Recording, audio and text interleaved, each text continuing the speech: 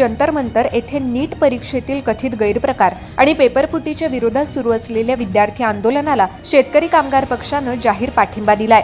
आंदोलनादरम्यान विद्यार्थ्यांवर झालेल्या कथित लाठीचार्जच्या निषेधार्थ अलिबाग शहरात शेकापच्या वतीनं जोरदार निषेध सभा घेण्यात आली। अलिबाग येथील PNP नाट्यगृहाबाहेर शेकापच्या महाराष्ट्र प्रदेश प्रवक्त्या चित्रलेखा पाटील यांच्या नेतृत्वाखाली ही सभा पार पडली। यावेळी केंद्रीय शिक्षण मंत्री धर्मेंद्र प्रधान यांच्या राजीनाम्याची मागणी करण्यात आली। तसंच केंद्र सरकारच्या धोरणांविरोधात घोषणाबाजी करत निषेध व्यक्त करण्यात आला।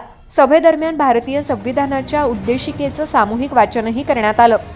सभेला संबोधित करताना चित्रलेखा पाटील यांनी विद्यार्थ्यांच्या न्याय्य मागण्यांकडे दुर्लक्ष करून त्यांच्यावर करण्यात आलेला लाठीचार्ज हा लोकशाही मूल्यांवर आघात असल्याची टीका केली। विद्यार्थ्यांच्या आंदोलनाला शेकापचा पूर्ण पाठिंबा असून आगामी काळात पक्षाचे कार्यकर्ते मोठ्या संख्येनं दिल्लीतील आंदोलनात सहभागी होतील असा विश्वास त्यांनी व्यक्त केला। या निषेध सभेला शेकापच्या महाराष्ट्र महिला आघाडीच्या प्रमुख ॲडव्होकेट मानसी म्हात्रे, ॲडव्होकेट गौतम पाटील, सुरेश घरत यांच्यासह विद्यार्थी, पालक आणि शेकापचे पदाधिकारी आणि कार्यकर्ते मोठ्या संख्येनं उपस्थित होते। मी स्वर्गीय नारायण नागू पाटलांची नातसून आहे आणि त्यांनी खोटांना घालवलं आणि आज आम्ही या तरुणांच्या पाठीशी ठामपणे उभे आहोत। जे दिल्लीत होतंय ते मला वाटतं अतिशय अमनुष्य आहे। त्यांच्या ज्या पद्धतीने लाठीचार्ज झाला त्याचा आम्ही तीव्र निषेध करतो आणि असं वाटायला लागलंय की आम्ही फ्रीडमच्या आधीच्या भारतात राहतोय, म्हणजे ब्रिटिशरने ईस्ट इंडिया कंपनी सारखे वागतायत।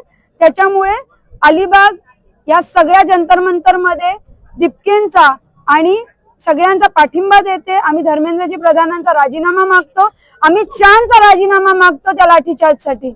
नाही, पाठिंबा देणे माझं कर्तव्य आहे पूर्वगामी पक्षाची प्रवक्ती म्हणून असं मला वाटतं।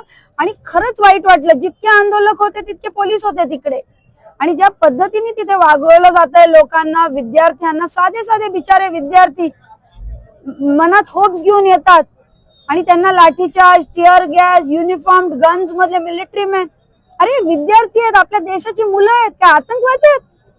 हे चुकीचं चाललंय एकदम आणि याच्यासाठी जो लढा लढायला लागेल तो आम्ही शेतकरी कामगार पक्ष म्हणून ठामपणे हा लढा लढू। सर्वप्रथम तर विरोधी पक्ष नेत्यांच्या, सगळ्या पक्षीय नेत्यांचे मी मनापासून आभार मानते की ते ज्या पद्धतीने या सगळ्या विद्यार्थ्यांच्या पाठीशी उभे राहतात। मग आपण डिंपल यादवांना बघतो विद्यार्थ्यांसोबत, आज काल आपण पाहिलं म्हणजे काय LOP म्हणजे लीडर ऑफ ऑपोजिशन हे किती मोठं पद आहे आणि राहुलजींसारखे ज्यांच्या घराण्यांनी देशासाठी 3-3 बलिदान दिलेत त्यांच्याशी धक्काबुक्की पोलीस करत होते आणि ते संविधानिक पद्धतीने गेलेले। पहिले ते स्पीकरकडे गेले, त्यांनी स्पीकरकडे मागणी केली की हा विषय चर्चेला घ्या। स्पीकरनी चर्चेला विषय घेतला नाही। स्पीकरनी सांगितलं मोदी सांगतील तसं मी करीन।